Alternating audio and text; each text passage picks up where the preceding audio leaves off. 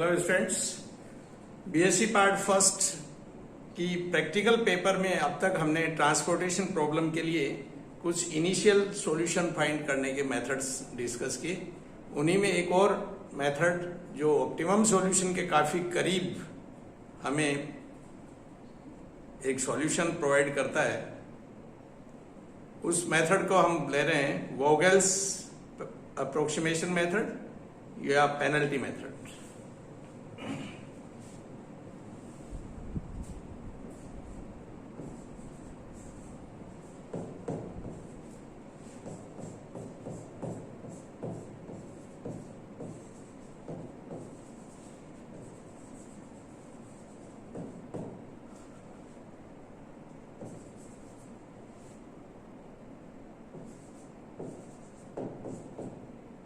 Unit cost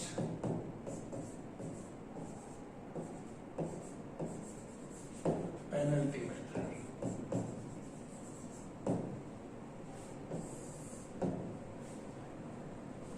Vogel method भी दी गई transportation problem के लिए इनिशियल सॉल्यूशन देगा, देन ऑप्टिमम सॉल्यूशन के लिए हम उसी सॉल्यूशन को रिफाइन करेंगे। अब तक जो हमने मेथड्स डिस्कस किए हैं, नॉर्थ वेस्ट है, रो मिनिमा है, कॉलम मिनिमा है, मैट्रिक्स मिनिमा है और इवन वोगेल मेथड, ये सभी मेथड्स हमें एक सॉल्यूशन प्रोवाइड करते हैं। देन उन्हीं सॉल्यूशन को हम आगे फिल्टर करते हुए ऑप्टिमम सॉल्यूशन ले सकते हैं। सो लीजिए इस मेथड में क्या होगा,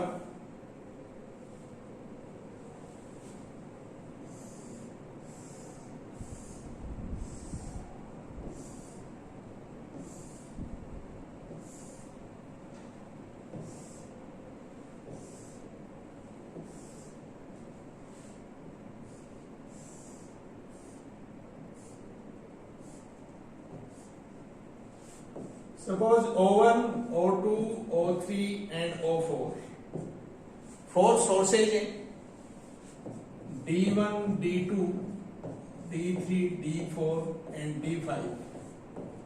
These are 5 destinations and 2, 3, 1, 7, 8, 4, 2, 3, 5, 6 and 1, 9, 7, 3, 2 and 8, 3, 6, 5 and 3, 20, 30, 40 and 20. Suppose 30, 20, 30 and 10.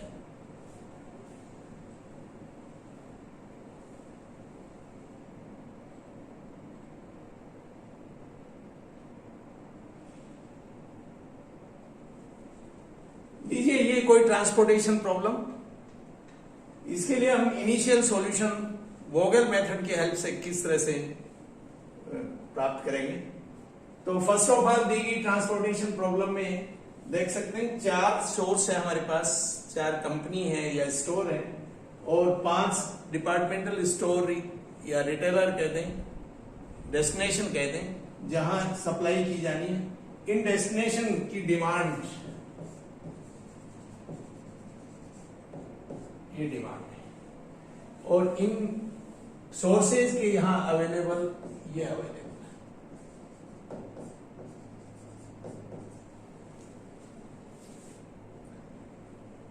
So first of all check करेंगे दी गई ट्रांसपोर्टेशन प्रॉब्लम बैलेंस्ड है या नहीं। सो इनका सम करेंगे, ये 110,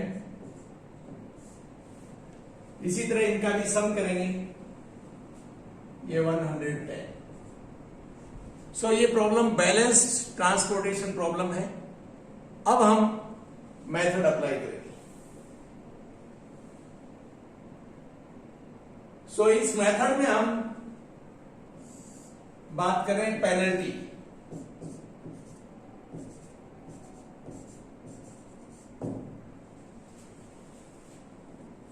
रो एंड कॉलम दोनों की पेनल्टी कैलकुलेट करेंगे।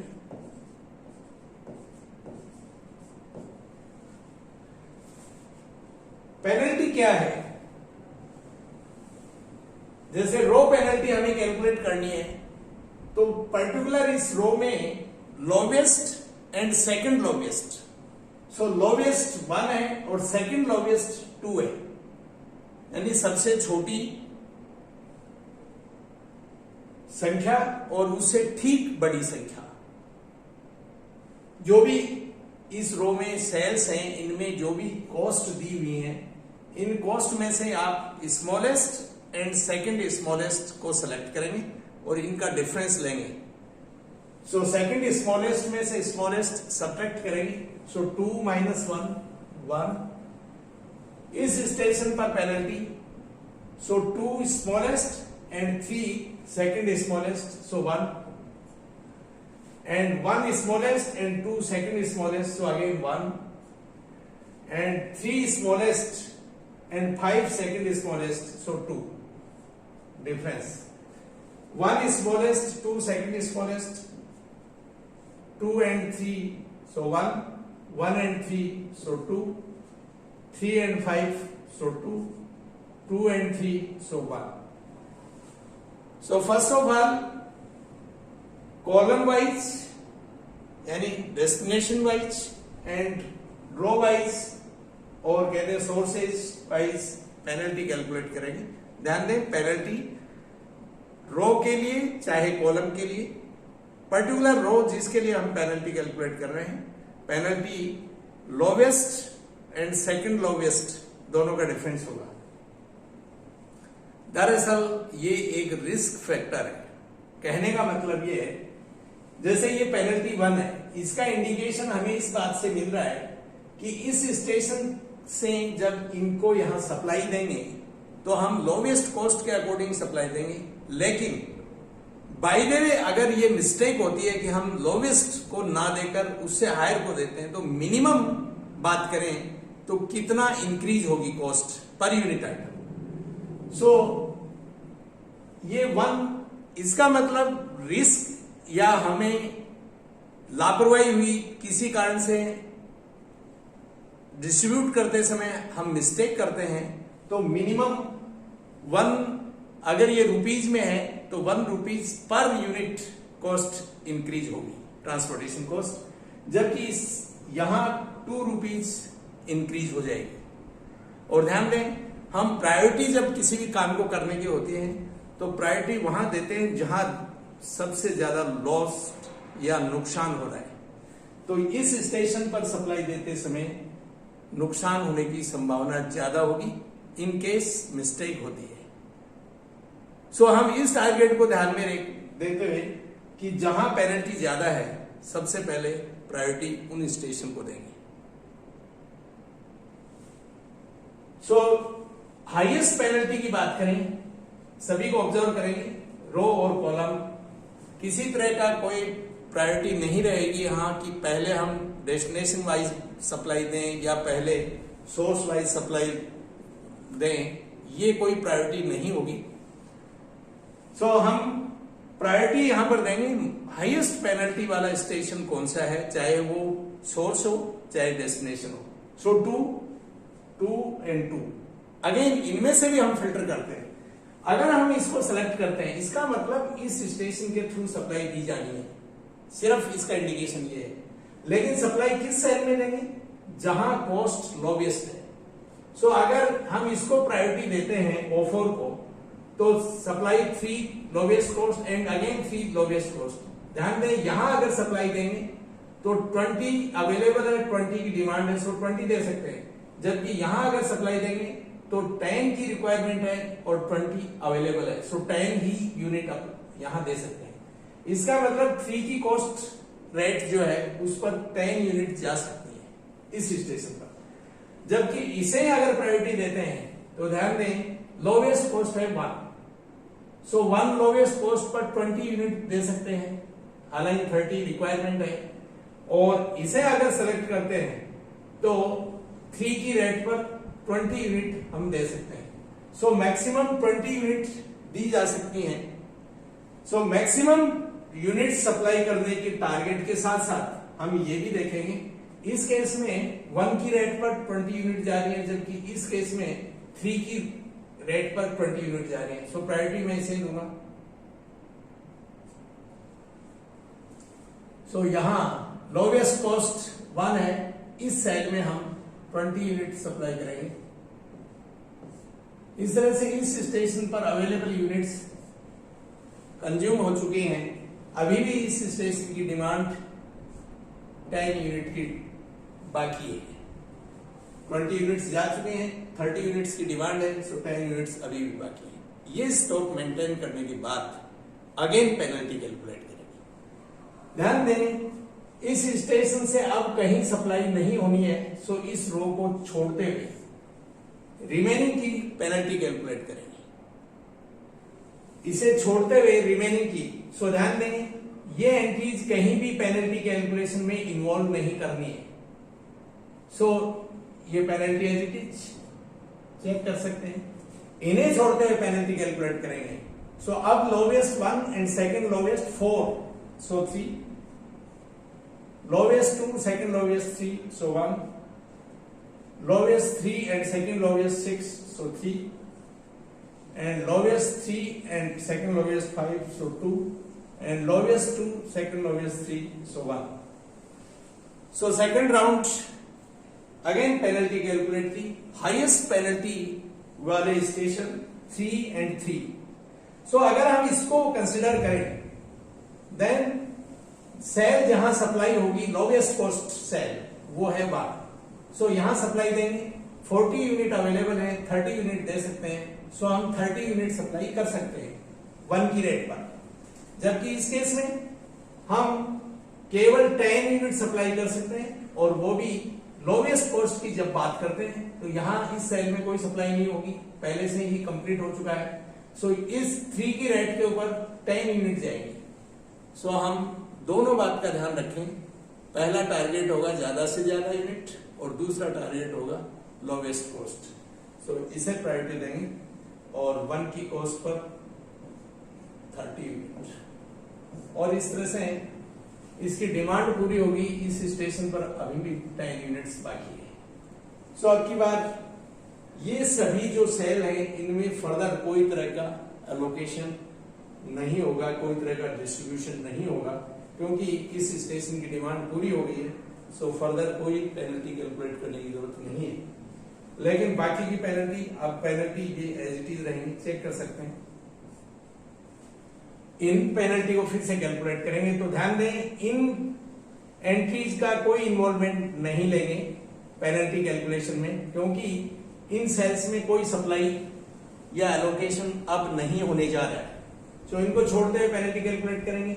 So lowest 2, second lowest 3, so again 1, lowest 2 and second lowest 3, so again 1, and lowest 3, second lowest 5, so 2। So third round में हाईएस्ट पेनल्टी 3 यूनिक है, इसे कंसिडर करेंगे और इसमें जहां भी लोवेस्ट कॉस्ट है उस सेल में देंगे।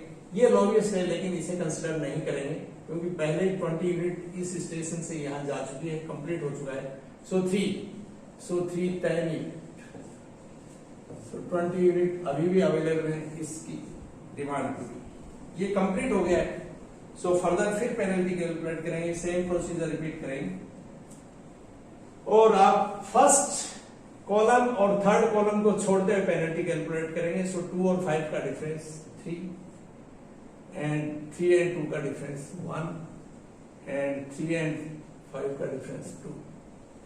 सो फोर्थ राउंड में हाईएस्ट पेनल्टी 3, और इसमें लोवेस्ट कॉस्ट जहां भी है वहां सप्लाई देंगे। सो 2 और 20 यूनिट,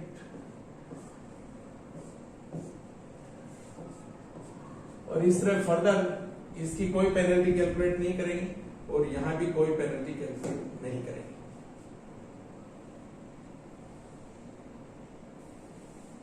नेक्स्ट राउंड, सो इन तीनों स्टेशन की आप फर्दर कोई पेनल्टी कैलकुलेट नहीं करेंगे, और साथ साथ इन दो की कोई पेनल्टी कैलकुलेट नहीं करेंगे। सो 3 and 2 का डिफरेंस 1, 5 and 3 का डिफरेंस 2 एंड 3 और 5 का डिफरेंस 2 एंड 3 का डिफरेंस 1। नेक्स्ट राउंड में हाईएस्ट पेनल्टी 2 एंड 2। अगर हम इसे कंसिडर करते हैं तो 3 की रेट पर सप्लाई होगी 10 यूनिट की, और अगर इसे कंसिडर करते हैं तो 3 की रेट पर सप्लाई होगी 10 यूनिट की। तो किसी एक को कंसिडर कर सकते हैं, दोनों में किसी एक को प्रायोरिटी दे सकते हैं। सो 2 ये 3 की रेट पर 10 यूनिट और ये कर दीजिए। तो नेक्स्ट अगेन पेनल्टी कैलकुलेट करेंगे, ये पेनल्टी एज इट इज रहेगी, और इस केस में पेनल्टी, सो अब पेनल्टी सिंगल यूनिट बची है। सो इस स्टेशन पर अब कोई पेनल्टी नहीं है क्योंकि सिंगल एक ही यूनिट बची है, यहां कोई सप्लाई नहीं होनी, यहां भी नहीं होगी, यहां भी नहीं होगी। सो केवल एक सेल बची है इसमें, सो फर्दर पेनल्टी की कोई जरूरत नहीं है। और इस केस में पेनल्टी ये कंप्लीट हो चुका है, सो अगेन कोई, सो के इसके बेस के ऊपर ही हम फर्दर एलोकेशन करेंगे। लोवेस्ट कॉस्ट 3, तो फर्स्ट ऑफ ऑल 10 यूनिट यहां लेते हुए 10 यूनिट और वो 10 यूनिट यहां लेते, इस तरह से total requirement D1, D2, D3, D4, D5 की कंप्लीट हो चुकी है। एंड टोटल इन जो सोर्सेज हैं O1, O2, O3, O4 इनके यहाँ अवेलेबल यूनिट्स हैं वो कंज्यूम हो चुकी है। सो ये मेथड रहेगा वोगेल पेनल्टी मेथड। यहाँ जो कॉस्ट है वो आप कैलकुलेट कर सकते हैं। 20 यूनिट्स इस यहाँ एलोकेट की हैं 1 की रेट पर, सो 20 into 1 प्लस 20 यूनिट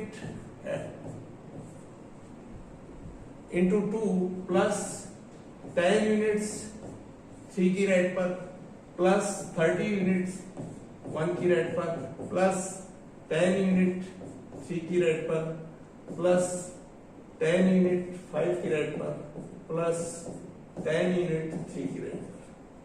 यह है टोटल ट्रांसपोर्टेशन कॉस्ट।